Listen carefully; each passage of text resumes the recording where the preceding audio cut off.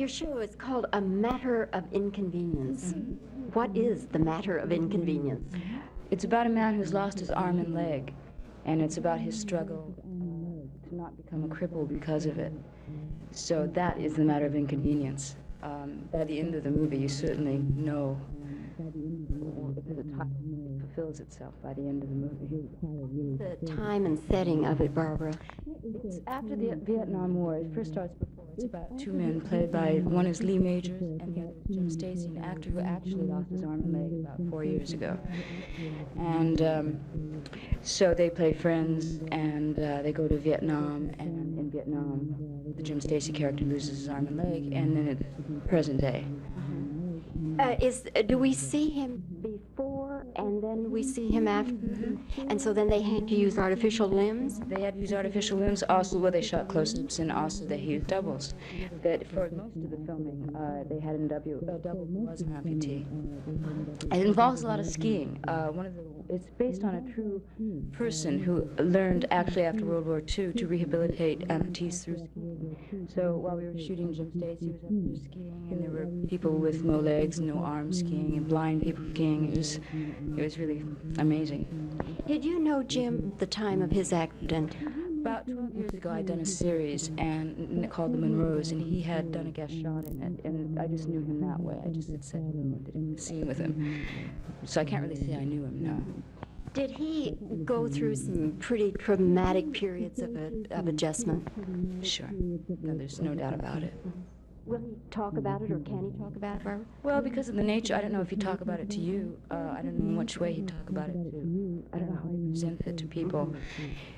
He's very out front with it, you know. He's not ashamed of it or anything. But we got into it, you know, during the course of the filming. It's about his struggle, so naturally we got into it. What is your role in relation to the fellas?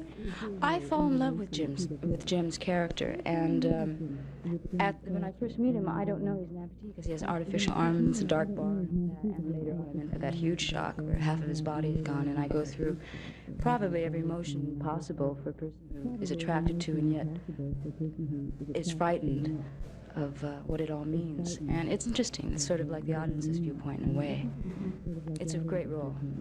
Does she start then having the guilt feelings, just the whole gamut? She goes through everything from shock to repulsion to guilt to feeling sorry for him to compassion to desire to. She actually really evolves. You know, their relationship really evolves with a lot of anguish. Do you think that some people, Barbara, if they just hear about it and then the word Vietnam is in there, do you think that they might possibly be turned off? I don't know. I certainly hope not, because it really isn't about Vietnam. If it was, I would hope they wouldn't get turned off. But in this case, I mean, like in Jim's case, he lost it in a motorcycle accident. I mean, how he lost it was not as important or nearly an issue in the story as the fact that he did and what that means to a person, to a man who's athletic beside. This is a Fawcett Majors production. Is it the first thing out of their company, their newly formed company? Yes. And did you all sort of feel that you had an extra special responsibility, or did that enter into it at all? Well, Lee had a difficult position, I think, because he was being the executive producer at the same time he was starring in it. And so sometimes the battles that an actor has, or, you know, little battles, not huge ones, or sometimes huge ones, that an actor has are often the opposite position than an executive producer. He found himself caught between the two, I think. It wasn't difficult for me. I was just an actor. Well, Barbara, we'll be looking forward. It's been a pleasure talking with you here today. Thank you.